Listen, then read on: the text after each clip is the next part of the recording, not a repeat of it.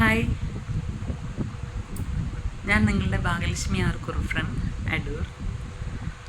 കുറച്ച് നാളായി ഒരു വ്ളോഗ് ചെയ്തിട്ട്.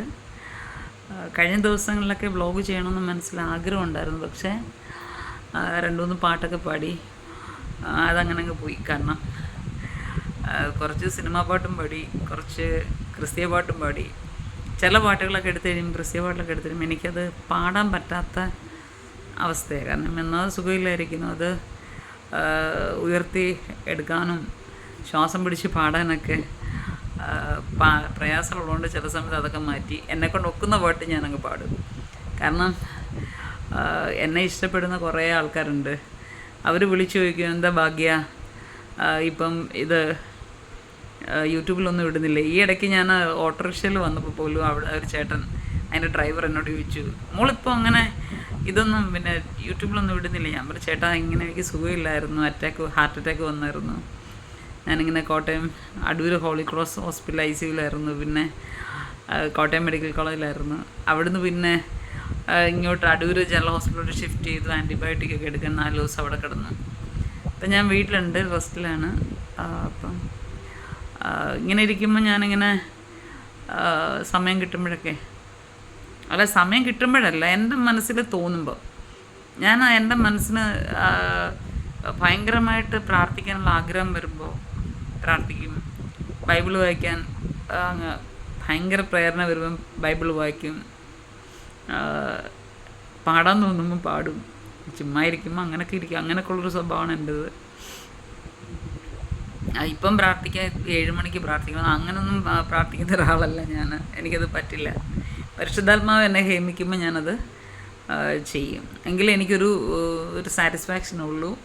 ദൈവമായിട്ട് ആ ദൈവത്തിൻ്റെ സാന്നിധ്യത്തിൻ്റെ മറവിലൊക്കെ ആ ഒരു സന്തോഷമൊക്കെ ലഭിക്കുകയുള്ളൂ.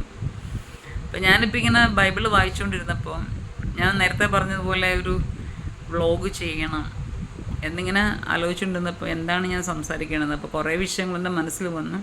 പക്ഷെ ഇപ്പം ഞാൻ എഫെസ്യ ലേഖനം വായിച്ചുകൊണ്ടിരിക്കുകയാണ്. അല്ല, 6 അധ്യായം ആണ് എഫെസ്യ ലേഖനത്തിലുള്ളത്. അപ്പം 6 വായിക്കാമെന്ന് വിചാരിച്ചു. ചില സമയത്ത് ഇങ്ങനെ ആർത്തി വന്നു കഴിഞ്ഞ് ഇങ്ങനെ വായിച്ചുകൊണ്ടിരിക്കും. നേരത്തെ എനിക്കിങ്ങനെ വായിക്കാൻ പറ്റില്ലായിരുന്നു. കണ്ണിൻ്റെ പ്രശ്നം, അതുപോലെ തന്നെ മാനസിക പിരിമുറുക്കങ്ങൾ, ഒത്തിരി പ്രോബ്ലംസിൽ കൂടെ ഞാൻ കടന്നു വന്നാണ്, നിങ്ങൾക്ക് എല്ലാവർക്കും അറിയാം. അപ്പോൾ എനിക്കങ്ങനെ വായിക്കാനോ പ്രാർത്ഥിക്കാനോ അങ്ങനെയൊക്കെ എനിക്ക് പറ്റിയിരുന്നില്ല ശരിയായ രീതിയിൽ. എന്നാലും ചെയ്യുകയും ചെയ്യും. ചിലപ്പോൾ ഞാൻ പാട്ടുപാടി നൃത്തം ചെയ്ത് ആരാധിക്കാറുണ്ട്. ചിലപ്പം പാതിരാത്രി ആയിരിക്കും.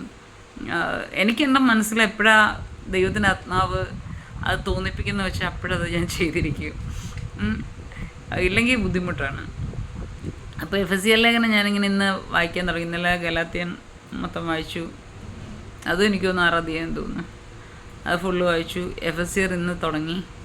അപ്പോൾ അതൊന്ന് പൂർത്തീകരിക്കണമെന്ന് വിചാരിച്ചു. 4 അധ്യായത്തിലെത്തിയപ്പോഴാണ് എന്നെ അതിൻ്റെ തുടക്കമുള്ള കുറച്ച് വാക്യങ്ങൾ എന്നെ ഹേമിച്ചത്, ചിന്തിപ്പിച്ചത്.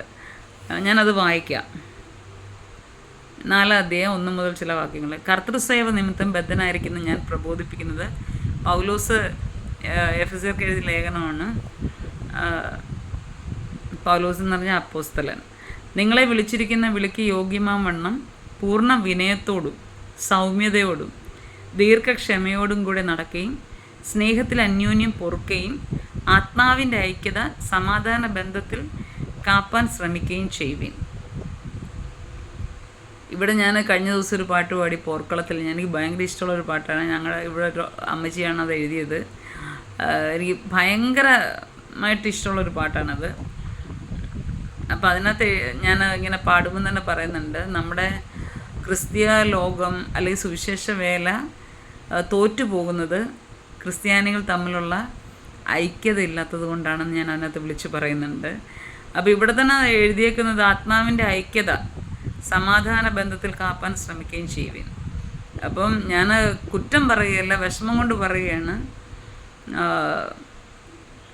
കാരണം യേശു കർത്താവിനെ അറിയുമ്പോൾ യേശു കർത്താവ് ഒരു ജാതിയുടെയും മതത്തിൻ്റെ ദൈവമല്ല.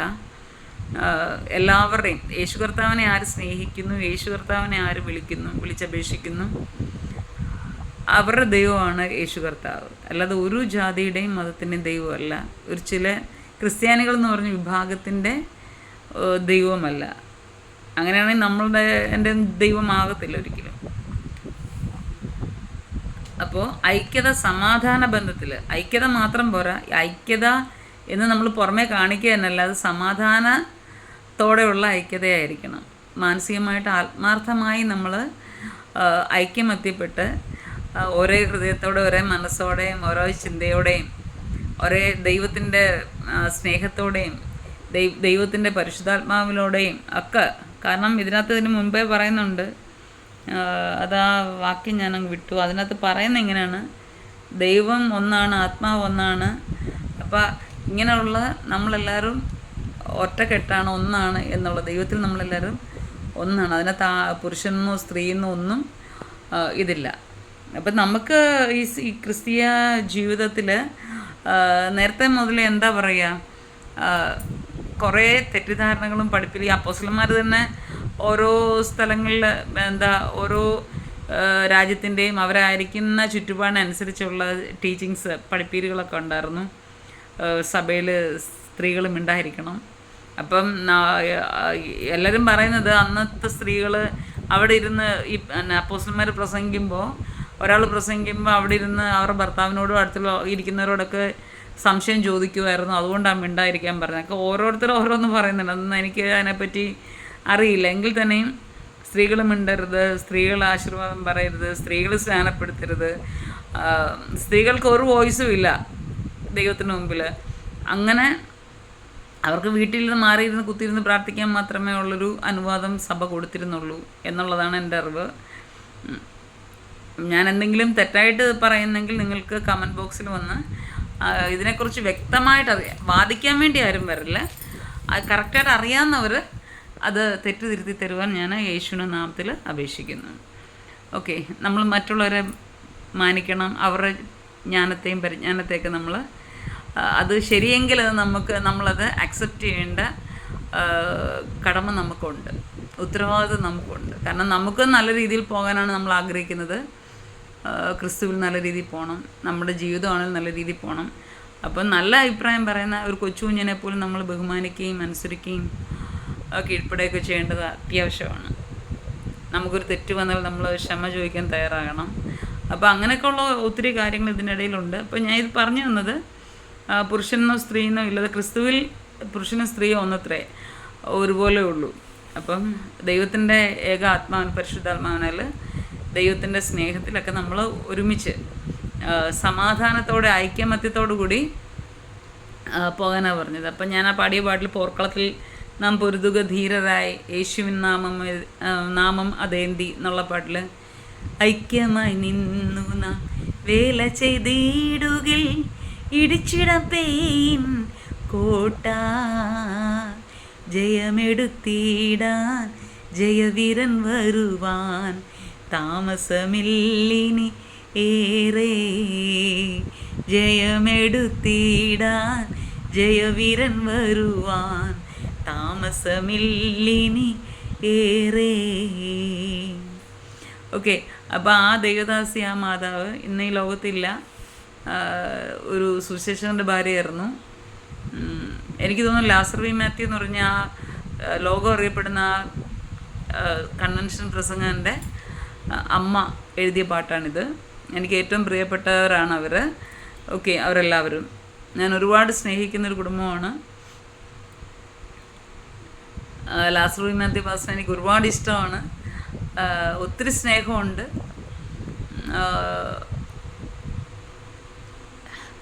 എന്നെയും മകളുടെ സ്ഥാനത്ത് കാണുന്നൊരു വ്യക്തിയാണത്. അപ്പോൾ ആ ഒരു കുടുംബത്തിൽ നിന്ന്, ആ ഒരു മാതാവിൽ നിന്ന് എത്രയോ വർഷങ്ങൾ മുമ്പ് എഴുതിയ പാട്ടാണത്. കാരണം ഇത്രയും ആഴമായ ആ പരിജ്ഞാനം, അത് വലിയ വിദ്യാഭ്യാസമൊന്നും ഇല്ലാത്തവരാണ്, പക്ഷേ പരിശുദ്ധാത്മാവ് കൊടുത്ത പരിജ്ഞാനത്തിൽ അന്ന് വർഷങ്ങൾക്ക് മുമ്പ് എഴുതിയാണ്. ഐക്യമായി നിന്നു തൻ വേല ചെയ്തിടുകയിൽ ഇടിച്ചിടാം പെയിൻ കോട്ട. പെയിൻ എന്ന് പറയുമ്പോൾ പിശാചിൻ്റെ കോട്ട, തകർക്കാം എന്നാണ്. പിശാചിനെ തകർത്ത് കർത്താവ് വരാൻ ഇനി അധികം താമസമില്ല. അപ്പോൾ ആ പാട്ടിൽ, കാരണം ഇപ്പോഴത്തെ ഞാൻ ഒരുപാട് 19 പാട്ടോളം ഞാൻ ക്രൈസ്തവ ലോകത്ത് ഞാൻ എഴുതിയിട്ടുണ്ട്, പാട്ടുപുസ്തകങ്ങളുണ്ട്. നമുക്കറിയപ്പെടുന്ന പ്രശസ്തരായ കെസ്റ്റർ, ദലീമ, അങ്ങനെ എലിസബത്ത് രാജു, അങ്ങനെ കുറേ പേര് ഞാൻ എഴുതിയ പാട്ടുകൾ പാടിയിട്ടുണ്ട്. അതുപോലെ തന്നെ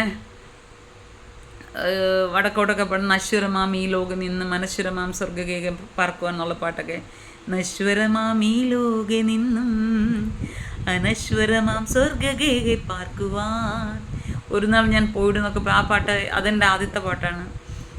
പിന്നെ ലോകത്തിൻ പാപം ചുമക്കും, ലോകത്തിൻ പാപം ചുമക്കും കുഞ്ഞാടാകും ദൈവമേ, അത് പിന്നെ ഓൾ ഇന്ത്യ റേഡിയോയിൽ ടൈറ്റിൽ സോങ് ആയിട്ട് കേൾക്കുന്നൊരു പാട്ടാണ് വിശ്വവാണിയിൽ. ഇപ്പോൾ ഉണ്ടോയെന്നറിയില്ല, നേരത്തെ ഉണ്ടായിരുന്നു. അതൊക്കെ ഞാൻ എഴുതിയ പാട്ടുകളാണ്. പക്ഷേ ഞാനൊരു ലിറിസിസ്റ്റ് എന്നുള്ളൊരു തലത്തിലിരിക്കുമ്പോൾ തന്നെ എനിക്ക് എൻ്റെ പാട്ടുകളെക്കാളും ഇപ്പോഴത്തുള്ള പാട്ടുകളെക്കാളും ഒക്കെ ഒത്തിരി ഇഷ്ടം പഴയ പാട്ടുകളാണ്. കാരണം ഒരുപാട് എന്നാൽ അർത്ഥം അവർ ജീവിച്ച തലങ്ങളിൽ അവർ മനസ്സിലാക്കിയ ദൈവത്തെ, അല്ല അവരുടെ കഷ്ടതകൾ കൂടി അവരനുഭവിച്ചറിഞ്ഞ ദൈവത്തെ പ്രകീർത്തിക്കുന്ന പാട്ടുകളാണ് പാടിയിട്ടുള്ളത്. അതിനകത്ത് നമ്മളിപ്പോൾ മനസ്സിലാക്കിയിരിക്കുന്ന ചില ദൈവിക തത്വങ്ങളോ അതിൻ്റെ ഡെപ്തോ ഒന്നും അതിനകത്ത് കാണത്തില്ല. ചിലതിനകത്ത് കാണും, ചിലതിനകത്ത് കാണത്തില്ല. എന്നാലും ഭയങ്കരമായിട്ട് എന്താ പറയുക, നമ്മളെ ബലപ്പെടുത്തുകയും പരിശുദ്ധാത്മാവിൽ ആരാധിക്കാനും സന്തോഷിക്കാനും ഒക്കെ പറ്റുന്ന എനിക്ക് തോന്നുന്നു പരിശുദ്ധാത്മാവിൻ്റെ സാന്നിധ്യ പാട്ടുകളിലുണ്ട്. അതുപോലെ തന്നെ ആ എഴുതിയവരുടെ ആ ഹൃദയം, മനസ്സ്, അവർ മരിച്ചു പോയിട്ടും അത് ജീവനോടെ അവരുടെ മാനസികാത്മാവിൻ്റെ ആ ഒരു ദൈവത്തോടുള്ള ആ അടുപ്പം, ആ സ്നേഹമൊക്കെ ആ പാട്ടുകളിൽ ഇപ്പോഴും ഉണ്ട്. അതൊന്നും മാഞ്ഞു പോയിട്ടില്ല. അവർ ഭൗതികമായിട്ട് ഈ ലോകത്തുനിന്ന് മാഞ്ഞു പോയില്ല, അതൊന്നും അവരുടെ മനസ്സൊന്നും ആ പാട്ടിൽ നിന്ന്, ദൈവത്തോടുള്ള അവരുടെ സ്നേഹവും സന്തോഷവും ഒന്നും ആ പാട്ടുകളിൽ നിന്ന് മാഞ്ഞു പോയിട്ടില്ല. അതുകൊണ്ടാണ് ഇന്നും നമുക്ക് പഴയ പാട്ടുകളോട് താല്പര്യം തോന്നുകയും ഒക്കെ ചെയ്യുന്നതെന്നാണ് എനിക്കിപ്പോൾ തോന്നുന്നത്. അതിപ്പോൾ എനിക്ക് തോന്നിയൊരു തോന്നലാണ് ഞാൻ നിങ്ങളോട് ഷെയർ ചെയ്തത്. അപ്പോൾ ഇതിങ്ങനെ ഒരു അന്യോന്യം പൊറുക്കിയ ആത്മാവിൻ്റെ ഐക്യത ഇന്ന് ക്രിസ്തീയ ജീവിതം അല്ലെങ്കിൽ ക്രിസ്തീയ വേല, സുവിശേഷ വേല, ക്രൈസ്തവ സഭകൾ മറ്റുള്ളവരുടെ മുമ്പിൽ ക്രിസ്ത്യാനികൾ മറ്റുള്ളവരുടെ മുമ്പിൽ താണു പോവുകയും നശിച്ചു പോവുകയും പരിഹസിക്കപ്പെടുകയും അപഹാസ്യപ്പെടുകയും ഒക്കെ ചെയ്യുന്നതിൻ്റെ കാരണം ഐക്യതയില്ലെന്നുള്ളതാണ്. സമാധാനപരമായിട്ടുള്ള ഇന്ന് ഞാൻ തുറന്ന് സംസാരിക്കുകയാണ്. കാരണം സഭകൾ ശുദ്ധീകരിക്കപ്പെടണം. ഞാൻ ഉൾപ്പെടെ ഓരോ ക്രിസ്ത്യാനിയും പരിശുദ്ധാത്മാവിനാൽ ശുദ്ധീകരിക്കപ്പെടണം, പരിശുദ്ധാത്മാവിനാൽ നയിക്കപ്പെടണം, നടത്തപ്പെടണം എന്ന് മാത്രമാണ് ഞാൻ ആഗ്രഹിക്കുന്നത്. നമ്മളിപ്പോൾ എപ്പോഴും ഞാൻ പറയുന്നൊരു ഷോ ഓഫ് കാണിക്കാൻ വേണ്ടിയുള്ള ഒരു മേഖലയല്ല ക്രിസ്തീയ ജീവിതം, ക്രിസ്തീയ മേഖല അല്ലെങ്കിൽ ക്രിസ്ത്യാനിത്വം. ബൈബിളിൽ ഒരിക്കലും ആഭരണം ധരിക്കരുതെന്ന് പറഞ്ഞിട്ടില്ല.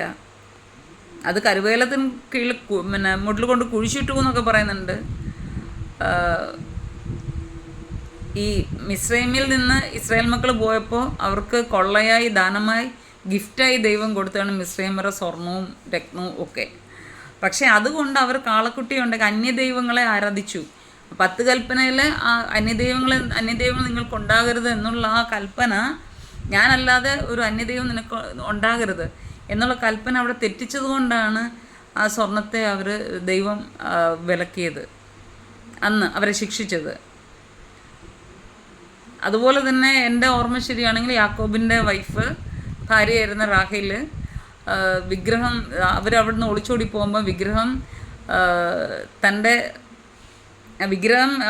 ആ കുതിരപ്പുറത്തോ കഴുതപ്പുറത്തോ കണ്ട് വെച്ചിട്ട് ആ വാഹന മൃഗത്തിൻ്റെ പുറത്ത് വെച്ചിട്ട് അതിൻ്റെ മുകളിൽ കയറി പുള്ളിക്കാരി ഇരുന്നു. എന്നിട്ട് എന്തോ പ്രശ്നം വന്നപ്പോൾ, ഒരു നെഗറ്റീവ് വന്നപ്പോൾ യാക്കോബ് അവർ പറയും ഇത് ചെക്ക് ചെയ്യണമെന്ന് പറഞ്ഞപ്പോൾ പുള്ളിക്ക് പീരീഡ്സാന്ന് പറഞ്ഞു. അങ്ങനെ പക്ഷേ കണ്ടുപിടിച്ചു. അപ്പോൾ ഇങ്ങനെ നമ്മൾ തെറ്റ് ചെയ്യുമ്പോഴാണ് ആ സംഭവത്തെ ദൈവം വിലക്കുകയല്ല, അവിടെ ശിക്ഷ തരുന്നത്. അത് നമ്മുടെ ശരീരം കൊണ്ട് നമ്മൾ തെറ്റ് ചെയ്താലും നമ്മുടെ ശരീരത്തെ ദൈവം ശിക്ഷിക്കും. എനിക്കിഷ്ടം പോലെ ബാലശിക്ഷ കിട്ടിയിട്ടുണ്ട്. ഒരുപാട് അടിയും പിച്ചുന്നുള്ളും കിഴുക്കുമൊക്കെ കിട്ടിയിട്ടാണ് ഞാൻ ഇവിടെ വരെ എത്തിയത്. കാരണം എൻ്റെ അപ്പനാണ് ദൈവം. സ്വർഗസ്വനായ പിതാവ് എൻ്റെ അപ്പനാണ്. അപ്പോൾ എന്നെ ശിക്ഷിക്കാനും ശാസിക്കാനും സ്നേഹിക്കാനും ഒക്കെ എപ്പോഴും എപ്പോഴും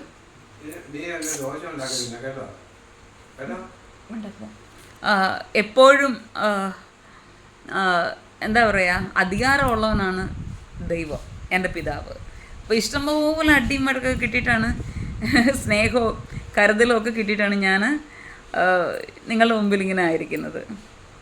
അതിലെനിക്ക് ഒത്തിരി സന്തോഷമുണ്ട്. കാരണം നമ്മൾ ദൈവവചനം പഠിക്കുമ്പോഴും നമ്മളിങ്ങനെ മനസ്സിലാക്കുന്നൊരു കാര്യമാണ്, നമുക്ക് ദൈവം തരുന്ന എല്ലാ നന്മയ്ക്കും എല്ലാ എന്താ പറയുക കഷ്ടതയ്ക്കും ദൈവം തരുന്ന കഷ്ടത അത് എന്ന് വെച്ചാൽ അതിന് ഒരു വാക്ക് ഞാൻ പറയാൻ മറന്നുപോയത്, തങ്ക കഷ്ടത എന്ന് ഞാൻ പറയും. ഓക്കെ, തങ്ക കഷ്ടതകൾ. ആ കഷ്ടതകൾ നമ്മുടെ ജീവിതത്തിൽ വരുന്ന നന്മയ്ക്ക് വേണ്ടിയാണ്. അത് നമ്മൾ വിചാരിക്കും അപ്പോഴും നമ്മൾ തീർന്നു പോയി എന്നൊക്കെ നമ്മൾ വിചാരിക്കും. പക്ഷേ അങ്ങനെയല്ല. ആ തങ്ക കഷ്ടത കഴിയുമ്പോൾ അത് പിറുപിറുക്കാതെ അത് പരിശുദ്ധാത്മാവ് ദൈവത്തിൻ്റെ സന്നിധിയിൽ ഇരുന്ന് അപ്പാന്ന് വിളിച്ച് കരഞ്ഞും വിളിച്ചും പ്രാർത്ഥിച്ചും പിന്നെ പരിശുദ്ധാത്മാവിൻ്റെ ആ ക്രിസ്തീയ ധൈര്യത്തോടു കൂടി അതിനെ ഓവർകം ചെയ്യുമ്പോൾ അത് കഴിഞ്ഞിട്ട് നമുക്ക് കിട്ടുന്ന നന്മ എന്ന് വെച്ച് കഴിഞ്ഞാൽ നമുക്കൊരിക്കലും ദൈവത്തിന് അതിന് ആരുടെ ഹൃദയത്തിൽ തോന്നിയിട്ടില്ല, മനസ്സിൽ ചിന്തിച്ചിട്ടില്ല, ഒരു കണ്ണ് കണ്ടിട്ടില്ല, ഒരു ഹൃദയത്തിലും തോന്നിയിട്ടില്ല എന്നൊക്കെ പറഞ്ഞൊരു വചനം ഉണ്ടല്ലോ. അതുപോലെ നമ്മൾ ചിന്തിക്കുന്നതിനും നനയ്ക്കുന്നതിനും അപ്പുറമാണ് നമുക്ക് നന്മകളാൽ ദൈവം, ഗിഫ്റ്റുകളാൽ ദൈവം നമ്മളെ നിറയ്ക്കുന്നത്. അതെല്ലാം അനുഭവിച്ചുകൊണ്ട് തന്നെയാണ് ദൈവത്തിൻ്റെ കൃപയാൽ ഇതുവരെ ആയിരിക്കുന്നത്. ഓക്കെ, അപ്പോൾ ഈ ഞാൻ പറഞ്ഞ വാക്ക് ഇവിടെ തന്നെ ഉണ്ട്. എഫെസ്യർ 4:4 താഴോട്ട് വരുമ്പോൾ, നിങ്ങളെ വിളിച്ചപ്പോൾ ഏകപ്രത്യാശയ്ക്കായി നിങ്ങളെ വിളിച്ചതുപോലെ ശരീരം ഒന്ന്, ശ്രദ്ധിച്ചോണം, ശരീരം ഒന്ന്, ആത്മാവ് ഒന്ന്, കർത്താവ് ഒരുവൻ, വിശ്വാസം ഒന്ന്, സ്നാനം ഒന്ന്, എല്ലാവർക്കും മീതെയുള്ളവനും എല്ലാവരിലും കൂടി വ്യാപരിക്കുന്നവനും എല്ലാവരിലും ഇരിക്കുന്നവനുമായി എല്ലാവർക്കും ദൈവവും പിതാവുമായവൻ ഒരുവൻ. പിന്നെ താഴോട്ട് എഴുതിയേക്കുന്നത് കൃപ. അത് പല രീതിയിൽ പലർക്കും പല രീതിയിലാണ് കൃപകൾ കൊടുത്തേക്കുന്നത്. അതല്ല, അപ്പം ഒരു ശരീരമാണ് ദൈവസഭ എന്ന ശരീരം എന്ന് ഞാൻ വിചാരിക്കുന്നു. അതിന് വേറെ എന്തെങ്കിലും ഇൻ്റർപ്രിറ്റേഷൻ ഉണ്ടെങ്കിൽ എനിക്കറിയില്ല. ഞാനിവിടെ ചിന്തിക്കുന്ന ശരീരം ഒന്നെന്ന് വെച്ചാൽ ദൈവസഭയിൽ നമ്മൾ ഒരുമിക്കുമ്പോൾ സഹോദരങ്ങൾ ഒത്തൊരുമിച്ച് വസിക്കുന്നത് എത്ര ശുഭം, എത്ര മനോഹരമാണ്. അപ്പോൾ ഈ ദൈവത്തിൻ്റെ മക്കളായ എല്ലാവരും ഒരുമിച്ച് കൂടി ആ ദൈവസഭ, അത് ഏത് രാജ്യക്കാരാകട്ടെ, ഏത് ഭാഷക്കാരാകട്ടെ, ഏത് വർഗമോ വർണ്ണമോ എന്തെങ്കിലുമൊക്കെ ആകട്ടെ, ഏത് ജാതിയാകട്ടെ, ഏത് മതമാകട്ടെ, പക്ഷെ ദൈവമക്കൾ യേശുവിനെ അറിഞ്ഞ് ആരെല്ലാം ഈ സഭയിൽ വരുന്നോ അവരെല്ലാം കൂടെ ചേർന്നുള്ള ആ ദൈവസഭ അത് ഒരു ശരീരമാണ്. ഈ സഭ ക്രിസ്തുവിൻ്റെ ശരീരമാണ്, സഭയുടെ തലയാണ് ക്രിസ്തു എന്ന് നമ്മൾ പഠിക്കുന്നുണ്ട്. അപ്പോൾ ശരീരം ഒന്ന്, ആത്മാവ് ഒന്ന്, ദൈവത്തിൻ്റെ പരിശുദ്ധാത്മാവ് നമുക്ക് തന്നിരിക്കുന്ന ആത്മാവ് ഒന്ന്, കർത്താവ് ഒരുവൻ, വിശ്വാസം ഒന്ന്, സ്നാനം ഒന്ന്. ഇന്നിങ്ങനെയാണോ ക്രിസ്തീയ ജീവിതം? ഇന്ന് എത്ര സഭകളുണ്ട്? യേശുവിനറിയില്ല, സ്വർഗസ്വനായ പിതാവിനറിയില്ല, പരിശുദ്ധാത്മാവിനറിയത്തില്ല. ഏതെല്ലാം രീതിയിലുള്ള റൂൾസ് ആൻഡ് റെഗുലേഷൻസ് ഉണ്ട്. ഓരോ സഭയിലും ഓരോന്നാണ്. ശിശുസ്നാനം ചെയ്യുന്നവരുണ്ട്, മുഴുകൽ സ്നാനം, വെള്ളത്തിൽ മുങ്ങി സ്നാനപ്പെടുന്നവരുണ്ട്, തളിക്കുന്നവരുണ്ട്. സ്നാനം ഒന്നേ ഉള്ളെന്ന് ദൈവത്തിൻ്റെ വചനം പറയുന്നുണ്ട്. അത് യേശു കർത്താവ് നമ്മുടെ മുൻപിൽ, യോഹന്നാൻ സ്നാപകൻ്റെ മുമ്പിൽ സ്നാനപ്പെട്ട് നമുക്ക് കാണിച്ചു തന്നിട്ടുണ്ട്. എൻ്റെ മാതൃക ഇങ്ങനെയാണ് നീ സ്നാനപ്പെടേണ്ടുന്നത്. അന്ന് യേശു കർത്താവ് ചെയ്ത മാനസാന്തര സ്നാനമാണ് എന്നും പറഞ്ഞ് തർക്കിക്കാം. എന്നാലും ആയിക്കോട്ടെ, വെള്ളത്തിൽ മുങ്ങി താണ് എഴുന്നേറ്റ് വന്നിട്ട് സ്നാനപ്പെട്ടത്.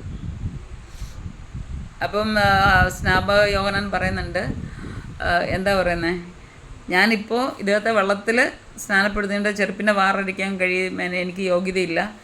ഇപ്പോൾ ഞാൻ ഇദ്ദേഹത്തെ വെള്ളത്തിൽ സ്നാനപ്പെടുത്തിയെങ്കിലും ഈ വ്യക്തി നിങ്ങളെ പരിശുദ്ധാത്മാവിലെ തീയാൽ സ്നാനപ്പെടുത്തുന്ന വ്യക്തിയാണെന്നൊക്കെ പറയുന്നുണ്ട്.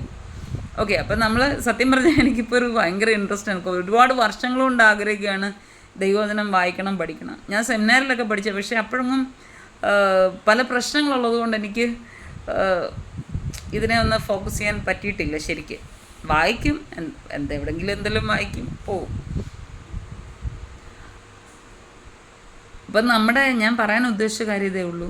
നമ്മുടെ ക്രിസ്തീയ ജീവിതം എന്തുകൊണ്ട് തോറ്റുപോകുന്നു? നമ്മൾ വിശ്വാസിയാന്ന് പറയുന്നു.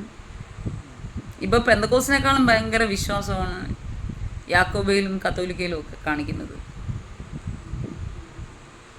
പക്ഷെ നമ്മളെ തന്നെ ഒന്ന് തിരിഞ്ഞു നോക്കണം, നമ്മളിലേക്ക് തന്നെ ഒന്ന് നോക്കണം. എപ്പോഴും പറയും ഇങ്ങനെ കൈ ചൂണ്ടുമ്പോൾ ഒരു വിരൽ മാത്രമേ നമ്മുടെ എതിരാളിക്ക് നേരെ ചൂണ്ടുന്നുള്ളൂ, ബാക്കി 3 വിരലും ഒരു കാര്യം കൂടെ പറയാം, 3 വിരലും നമ്മിലേക്കും ആ വിരൽ മാറിപ്പോകാതിരിക്കാൻ ഈ തള്ളവിരൽ ഇതിനെ പ്രസ് ചെയ്തും പിടിച്ചേക്കുക. കാരണം നീ അത് തട്ടി മാറ്റിയാൽ ആ വിരൽ മാറാൻ പാടില്ല, അത് നിൻ്റെ ദേഹത്തോട്ട് തന്നെ ഇരിക്കുന്നത്, നിന്നിലേക്ക് തന്നെ ആ 3 വിരലും. കാരണം ഇതിനെ മാറ്റാൻ പാടില്ല. അതിപ്പോൾ എനിക്ക് തോന്നിയൊരു തോന്നലാണ്. കാരണം ഒരു വിരൽ നമ്മുടെ എതിരാളിക്കും കുറ്റം പറയാൻ വേണ്ടി അവൻ അങ്ങനെയാണ്, കൊള്ളത്തില്ല, അതാണ് ഇതാണെന്ന് പറയുന്നത്. പക്ഷേ ഈ 3 വിരൽ അപ്പോഴത്തേക്ക് നമ്മളോടും ആ സെയിം ചോദ്യവും കാര്യങ്ങളും പറഞ്ഞുകൊണ്ടിരിക്കുകയാണ്. അത് നമ്മളോട് തന്നെ ആയിരിക്കണം. ഒരിക്കലും ഈ വിരൽ വിട്ടു പോകാതിരിക്കാൻ ഈ തള്ളവിരൽ ഇതിനെ പിടിച്ചു വെച്ചേക്കുക. കാരണം നമ്മൾ മനസ്സിലാക്കണം ഈ പറയുന്നത് നമുക്കും കൂടെ ഉള്ളതാണെന്ന്. അതിനൊരു മാറ്റം ഇല്ല എന്നുള്ള രീതിയിലാണ് ഈ തമ്പ് ഇതിങ്ങനെ പിടിച്ചു വെച്ചേക്കുന്നത്. നമ്മൾ ഓരോ കാര്യം ചെറിയ കാര്യങ്ങളാണെന്ന് ചിന്തിക്കും, പക്ഷേ നമ്മൾ അതിനെക്കുറിച്ചിരുന്ന് ചിന്തിച്ചു കഴിഞ്ഞാൽ നമുക്കത് മനസ്സിലാക്കാൻ പറ്റും.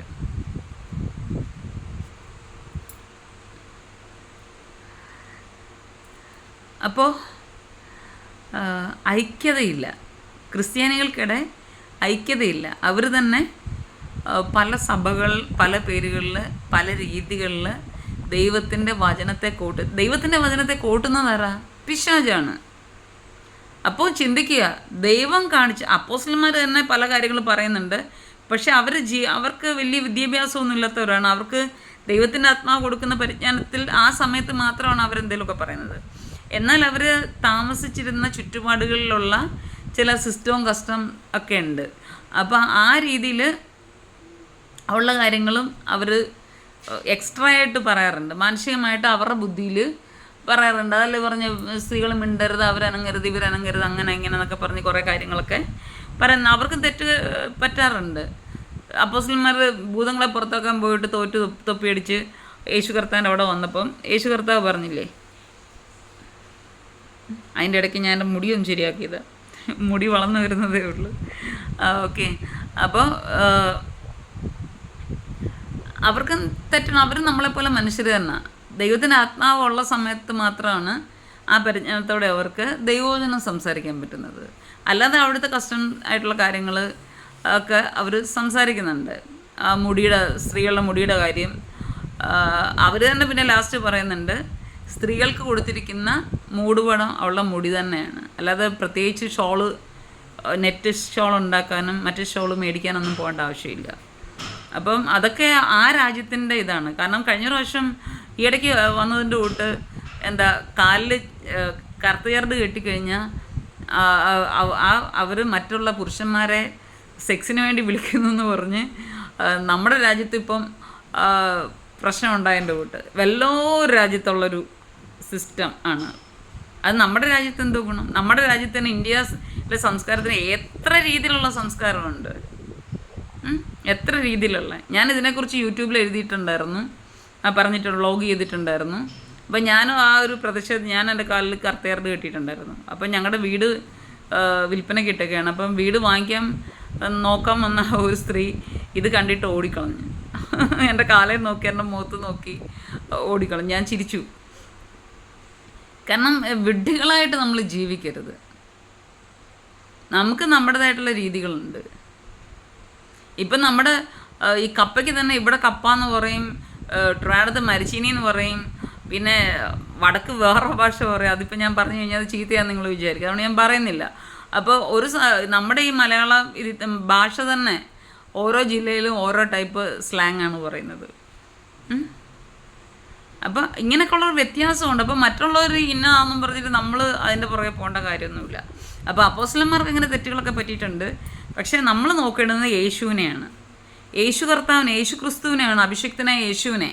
യേശു കർത്താവിനെ നമുക്ക് വേണ്ടി സ്വന്തം ജീവൻ പോലും പണയം വെച്ച് ക്രൂശിൽ തറയ്ക്കപ്പെട്ട്, ആണികളാൽ തറയ്ക്കപ്പെട്ട്, ചമ്മട്ടിയാൽ അടിയിട്ടി, ആൾക്കാർ സോൾജേഴ്സ് തുപ്പി, എന്തെല്ലാം രീതിയിൽ ആ ശരീരത്തെ വലിച്ചു കീറി, പച്ചയ്ക്ക് പറഞ്ഞു കഴിഞ്ഞാൽ അതെല്ലാം സഹിച്ച് നമുക്ക് വേണ്ടി നമ്മുടെ രോഗത്തിൻ്റെ വിടുതൽ, നമ്മുടെ പാപത്തിൻ്റെ മോചനം, ഇതെല്ലാം സഹിച്ച് പിന്നെ ദൈവസന്നിധിയിൽ അപ്പൻ്റെ കയ്യിൽ ജീവനെ ഏൽപ്പിച്ച്. എല്ലാവരും വിചാരിക്കരുത് പടയാളികൾ ഇങ്ങനെ ചെയ്തുകൊണ്ട് യേശുവിനെ അവർ കൊന്നു. നോ, യേശു കർത്താവ് തന്നെയാണ് തൻ്റെ സ്വന്തം ജീവനെ പിതാവിൻ്റെ കരങ്ങളിൽ ഏൽപ്പിച്ചു കൊടുത്തത്. അങ്ങനെയാണ് മരിച്ചത്. എന്നിട്ട് 3 ദിവസം ഭൂമിക്കടിയിൽ ഇരുന്നു. അവിടുന്ന് ഉയർത്തെഴുന്നേറ്റ് സ്വർഗാരോഹണം ചെയ്ത് അടിപൊളി പിതാവിൻ്റെ വലതുഭാഗത്ത് ഇന്ന് നമുക്ക് വേണ്ടി വാദിച്ചുകൊണ്ട് ഒരു അഡ്വക്കേറ്റായിട്ടിരിക്കുന്ന യേശു കർത്താവ്. ആ യേശു കർത്താവിനെയാണ് നമ്മൾ നോക്കേണ്ടത്. ആ യേശു കർത്താവിൻ്റെ നാമമാണ് നമ്മൾ ഉയർത്തി പിതാവായ ദൈവത്തിന് മഹത്വം കൊടുക്കേണ്ടത് പരിശുദ്ധാത്മാവിനാൽ. അപ്പോൾ അത് നമ്മൾ മറന്നില്ല. അപ്പോൾ യേശു ക്രിസ്തു എന്താണ് നമ്മൾക്ക് കാണിച്ചു തന്നിട്ടുള്ളത്, അതാണ് നമ്മൾ ചെയ്യേണ്ടുന്നത്. ചിലരുടെ പഴയ നിയമം നമുക്ക് യൂസ് ചെയ്യാൻ പറ്റില്ല. ഇല്ല, പഴയ നിയമം നിഴലും പുതിയ നിയമം പൊരുളുമാണെന്നാണ് പറയുന്നത്. അപ്പോൾ പഴയ നിയമം ഇല്ലാതെ പുതിയ നിയമം ഇല്ല. പഴയ നിയമത്തിൻ്റെ കണ്ടിന്യൂഷനാണ് പുതിയ നിയമം.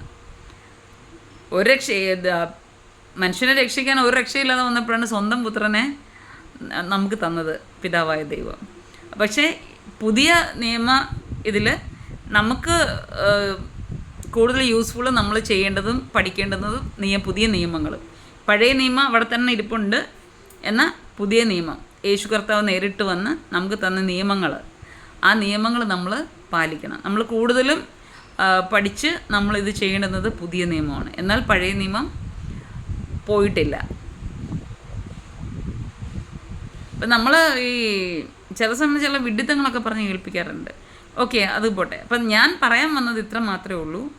ഐക്യമായി നിന്ന് വേല ചെയ്തിടുകയിൽ ഇടിച്ചിടാൻ പെയിൻ കോട്ട. അപ്പം നമ്മൾ ക്രിസ്ത്യാനികൾ ഒരു ശരീരമാണ്, ഒരാത്മാവാണ്. യേശു കർത്താവ് ഒരുവനാണ്. പിന്നെന്താ, യേശു കർത്താവ് ഒരുവനാണ്. വിശ്വാസം ഒന്നാണ്, സ്നാനവും ഒന്നാണ്. അപ്പോൾ ഈ പല സഭകളിൽ ചെയ്യുന്ന പലവിധമായ സ്നാനങ്ങൾ തെറ്റാണ്. എനിക്കത് പറയാൻ യാതൊരു മടിയില്ല. കാരണം ദൈവത്തിൻ്റെ വചനം അത് പറയുന്നു. ദൈവത്തിൻ്റെ വചനത്തിൽ നിന്ന് ഒരു വള്ളിയെങ്കിലും പുള്ളിയെങ്കിലും ഒരു കുത്തും കോമയെങ്കിലും മാറ്റുന്നവൻ ശപിക്കപ്പെട്ടവനാണ്. അവർ ദൈവത്തിനുള്ളവരല്ല, അവർ പിശാചിൻ്റെ ഏജൻറ്റുകളാണ് ഈ ഉണ്ടാക്കിയിരിക്കുന്ന സഭകൾ കൂടുതലും. അപ്പോൾ ഏത് വിഭാഗത്തിൽ വരുമെന്ന് നിങ്ങൾ തന്നെ, കേൾക്കുന്നവർ തന്നെ ചിന്തിച്ചോളൂ. ഇത് ദൈവത്തിൽ നിന്നുള്ളതോ സ്വർഗത്തിൽ നിന്നുള്ളതോ ഉയരത്തിൽ നിന്നുള്ളതോ അതോ പിശാചിൽ നിന്നുള്ളതോ?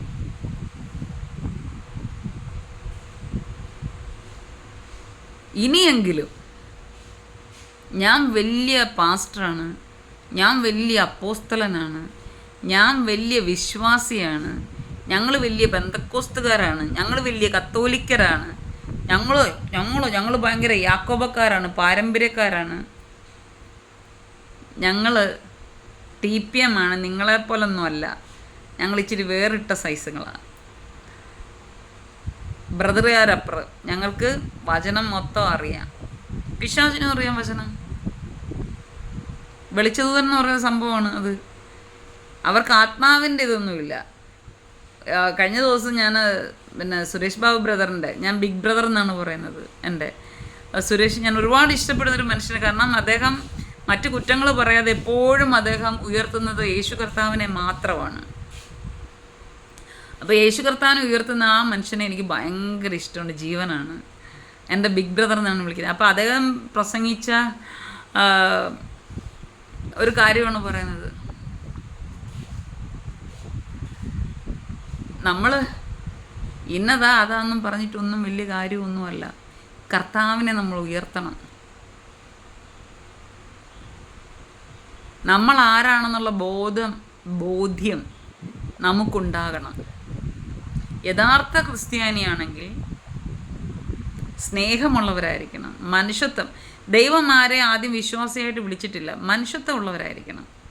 ദൈവം ഒരു മനുഷ്യനെ മനുഷ്യത്വമുള്ളവനായിട്ടാണ്, ദൈവ തേജസ്സുള്ളവനായിട്ടാണ് ദൈവം ഉണ്ടാക്കിയത്, ആദാമിനെ ഹൗവയും. അവിടെയാണ് പാപത്താൽ ഒരു ചളുങ്ങിപ്പോക്കലുണ്ടായത്. അപ്പോൾ അത് ഫില്ല് ചെയ്ത് നമ്മൾ ആദ്യം വേണ്ടുന്നത്, ഏത് വിശ്വാസ ആൾക്കാർ, ഏത് മതസ്ഥരാണെങ്കിലും അവർക്ക് ആദ്യം വേണ്ടത് മനുഷ്യത്വമാണ്. ദൈവം മനുഷ്യനെ ഉണ്ടാക്കിയത് ഹ്യൂമാനിറ്റി, അത് അത്യാവശ്യമാണ്. അതുണ്ടായിട്ട് ദൈവത്തിൻ്റെ ആത്മാവിനെ പ്രാപിച്ച് വിശ്വാസിയായെങ്കിലേ സ്വർഗവും നിങ്ങളെ എന്നെയും അംഗീകരിക്കുകയുള്ളൂ. അത് മനസ്സിലാക്കണം. ഇത് കാണുന്നവരെല്ലാവരെയും കുറ്റവും പറഞ്ഞ് അതും പറഞ്ഞ് പാരയും വെച്ച് വെള്ളവും അടിച്ച് പെണ്ണും പിടിച്ച് ഇന്ന് ക്രിസ്ത്യ ജീവിതം പെന്തക്കോസ്ത് ലോകം തന്നെ ആകപ്പാടെ മാറിപ്പോയി. ഇപ്പം പാസ്റ്റർമാർ എന്ന് പറയുന്നത് എന്താ, സ്ത്രീയെ പുരുഷന് വേണ്ടി ഉണ്ടാക്കിയത്. അപ്പോൾ എത്ര പേരെയും പ്രാപിക്കാമെന്ന് എന്നോട് പലരും പറഞ്ഞിട്ടുള്ളത് കൊണ്ടാണ് ഞാൻ ഈ പറയുന്നത്. എനിക്ക് കള്ളം പറയേണ്ട ആവശ്യമില്ല. എൻ്റെ ആഗ്രഹം ഇതേ ഉള്ളൂ, ക്രിസ്തീയ ലോകം വിശുദ്ധീകരിക്കപ്പെടണം, യേശുവിൻ്റെ രക്തത്താലും സ്വർഗീയ അഗ്നിയാലും ശുദ്ധീകരിക്കപ്പെടണം. യഥാർത്ഥ ആ പവർ അത് തിരികെ പിടിക്കണം. അതിന് ഐക്യത വേണം, മനുഷ്യത്വം വേണം, സ്നേഹം വേണം, താഴ്മ വേണം, വിനയം വേണം, മറ്റുള്ളവരെ അംഗീകരിക്കാനുള്ളൊരു മനസ്സ് വേണം, സത്യം അംഗീകരിക്കുകയും അസത്യത്തെ എടുത്തു കളയുകയും വേണം, പുരുഷത്വമുള്ളവരായിരിക്കണം. നമ്മുടെ രാഷ്ട്രപിതാവ് ഗാന്ധിജി പറഞ്ഞതുപോലെ അദ്ദേഹം ബൈബിൾ വായിക്കുമായിരുന്നു. ക്രിസ്ത്യാനികൾ ബൈബിളിൽ പറയുന്ന പോലെ ജീവിച്ചിരുന്നെങ്കിൽ ഈ ഇന്ത്യ മുഴുവനും അല്ല ലോകം മുഴുവനും ക്രിസ്തുമതം അയനെന്ന്, ക്രിസ്ത്യാനികളായനെ. ആ വ്യക്തിക്കുള്ള, ബഹുമാനപ്പെട്ട ആ വ്യക്തിക്കുള്ള, ആ പിതാവിനുള്ള ബോധം പോലും ഈ വലിയ സെമിനാരി പഠിച്ചെന്ന് അതും പറഞ്ഞ് അന്യഭാഷ ഭൂതത്തിനെയും പറഞ്ഞ് നടക്കുന്ന ക്രിസ്ത്യാനികൾക്കില്ല. അവർക്ക് വയറ്റിപ്പിഴപ്പിനും അവരുടെ കാലിൽ എല്ലാവരുടെയും തലയുടെ മണ്ടയിരിക്കാനും അഹങ്കാരത്തിൻ്റെ ജീവിതമാണ് ഇന്ന് ക്രിസ്ത്യാനികൾ ജീവിക്കുന്നത്. അസത്യത്തിൻ്റെ ജീവിതമാണ് ഇന്ന് ക്രിസ്ത്യാനികൾ ജീവിക്കുന്നത്. ഒരു 10 പേര് മതി കൈകോർത്ത് ഒരേ മനസ്സോടെ ഇതുപോലെ പ്രാർത്ഥിച്ചാൽ ഈ ലോകം തന്നെ കുലുങ്ങും. അത് മറന്നു പോകരുത്. നമ്മൾ മറ്റുള്ളവർക്ക് ആശ്വാസമായിരിക്കണം. നമ്മൾ പറയുമല്ലോ, അവർ ഹിന്ദുക്കളാണ്, അവർ മുസ്ലിങ്ങളാണ്, അവരങ്ങനെ, അവർ നമ്മുടെ ആളല്ല, നമ്മുടെ ജാതിയല്ല. നോ, നെവർ, ഒരിക്കലും നമ്മളത് പറയാൻ പാടില്ല. ഈ ലോകത്തുള്ള എല്ലാ മനുഷ്യരും നമ്മുടെ രക്തത്തിൻ്റെ രക്തവും മാംസത്തിന് മാംസവുമായ നമ്മുടെ സഹോദരങ്ങളും മാതാപിതാക്കന്മാരും കുഞ്ഞുങ്ങളും ഒക്കെയാണ്. അവരെ നമ്മൾ സ്നേഹിക്കുക, സമയം കിട്ടുമ്പോൾ സഹായിക്കുക, അവർക്ക് വേണ്ടി പ്രാർത്ഥിക്കുക, അവർ നല്ല രീതിയിൽ ജീവിക്കാൻ വേണ്ടി നമ്മൾ ആഗ്രഹിക്കുക. ക്രിസ്ത്യ ജീവിതം എത്ര മനോഹരമാണ്, എത്ര സിമ്പിളാണ്. പ്രിയപ്പെട്ടവരെ, ഞാനിത് ക്രിസ്ത്യാനികളോടാണ് പറയുന്നത്. പ്രിയപ്പെട്ടവരെ, ഇനിയെങ്കിലും ഒരു നല്ല ബുദ്ധി, നല്ല ചിന്ത, നല്ല സ്വഭാവം, ഞാൻ ഉൾപ്പെടെ പറയുന്നത്, നമുക്കത് തിരിച്ചു പിടിക്കണം. പരിശുദ്ധാത്മാവിൽ ഏക ശരീരമായി, ഏക ആത്മാവായി, ക്രിസ്തു എന്ന ഒരുവൻ്റെ കൂടെ, ഏക വിശ്വാസത്തിൽ, ഏക സ്നാനത്തിൽ ഒക്കെ നമുക്ക് മുന്നോട്ട് പോകാം. സ്നാനം വേണ്ടെന്നൊക്കെ പറയുന്ന ചിലരുണ്ട്, തെറ്റാണത്. സാൽവേഷൻ ആർമി പോലുള്ള ചില സഭകൾ സ്നാനം അവർക്ക് ഇല്ല. പക്ഷേ ആ രക്ഷാസൈന്യ, ഞാനും പോയിട്ടുള്ളത് ആ സഭയിൽ, രക്ഷാസൈന്യ സാൽവേഷൻ ആർമിയുടെ ഫൗണ്ടർ, അദ്ദേഹമൊക്കെ സ്നാനപ്പെട്ട് പരിശുദ്ധാത്മാവിൽ അന്യഭാഷകളോട് ആരാധിച്ച മനുഷ്യനാണ്. വില്യം ബൂത്ത് എന്നൊക്കെ പറയുന്നത് എനിക്ക് ഭയങ്കര ഇഷ്ടമുള്ള, ഞാൻ ബഹുമാനിക്കുന്ന വ്യക്തിയാണ്. അദ്ദേഹം എഴുതിയ പാട്ടാണ്, ആത്മാവിൽ എഴുതിയ പാട്ട്, ഹേ രക്ഷയാം ദിവ്യ സ്നേഹക്കടലേ, ഹേ രക്ഷയാം ദിവ്യ സ്നേഹക്കടലേ, ഇമ്മാനുവേലിൻ കരുണാപുരമേ. എനിക്ക് ഏറ്റവും, കാരണം നമ്മുടെ ക്രിസ്തീയ ഗാനങ്ങളിലെ ചക്രവർത്തിയാണ് ആ പാട്ടൊക്കെ എന്ന് പറയുന്നത്, ആ ഗാനമൊക്കെ. അപ്പം നമുക്ക് ദൈവസന്നിധിയിൽ നമ്മളെ തന്നെ താഴ്ത്തി ഏൽപ്പിക്കാം. നമ്മളെ തന്നെ ഒരു റീതിങ്കിങ്ങിന് വേണ്ടി നമ്മളെ ഏൽപ്പിക്കാം. ദൈവത്തോട് ചോദിക്കുക, ദൈവമേ ഞങ്ങൾക്ക് എവിടെയാണ് തെറ്റിയത്, ഞങ്ങൾ എങ്ങനെയാണ് ജീവിക്കേണ്ടുന്നത്, ക്രിസ്തീയ ലൈഫ് എങ്ങനെ കൊണ്ടുപോകണം, ഞങ്ങൾ എങ്ങനെയാണ് ഏത് നിയമപ്രകാരമാണ് ഞാൻ അങ്ങയെ ആരാധിക്കേണ്ടുന്നത്, അങ്ങയോട് എങ്ങനെയാണ് പ്രാർത്ഥിക്കേണ്ടുന്നത്, അങ്ങയുടെ ആത്മാവിനെ എങ്ങനെയാണ് പ്രാപിക്കേണ്ടുന്നത്, പിശാചിൽ നിന്ന് രക്ഷപ്പെടാൻ ഞാൻ എന്ത് ചെയ്യണം, യേശുവിൻ്റെ രക്തത്താൽ എന്നെ ശുദ്ധീകരിക്കണമേ, എന്നിലുള്ള അന്യഭാഷ അല്ലെങ്കിൽ ആത്മാവിൻ്റെ സാന്നിധ്യം അത് പൈശാചികമാണോ അത് ദൈവികമാണോ? പൈശാചികമാണെങ്കിൽ എൻ്റെ കുറവുകളെ ക്ഷമിച്ച് അതിനെ എന്നിൽ നിന്ന് പൂർണ്ണമായും മാറ്റി, മന്ത്രവാദ ശക്തികളാണേലും മറ്റ് എന്ത് നെഗറ്റീവ്സ് അല്ല അതിനെല്ലാം മാറ്റി സ്വർഗീയമായ പ്യുവറായിട്ടുള്ള നോർമലായിട്ടുള്ള ഹൈലി ഡിവൈനായിട്ടുള്ള അങ്ങയുടെ ആ പരിശുദ്ധാത്മാവിനെ എന്നിൽ നിറയ്ക്കണം. പരിശുദ്ധാത്മാവിനെല്ലാം എന്നെ നയിക്കണം, എന്നെ ഉപദേശിക്കണം. നമുക്ക് ഇന്ന് മുതൽ പ്രാർത്ഥിക്കാം. ദൈവം നമ്മളെല്ലാവരും അനുഗ്രഹിക്കട്ടെ. നിങ്ങളും എനിക്ക് വേണ്ടി പ്രാർത്ഥിക്കണം. ദൈവം എന്താണ് എന്നെക്കുറിച്ച് ആഗ്രഹിക്കുന്നത് അത് നടക്കുവാൻ വേണ്ടി നിങ്ങളെല്ലാവരും എനിക്ക് വേണ്ടി പ്രാർത്ഥിക്കണം. ദൈവം നമ്മൾ എല്ലാവരും അനുഗ്രഹിക്കുമാറാകട്ടെ. Thank you. ബൈ.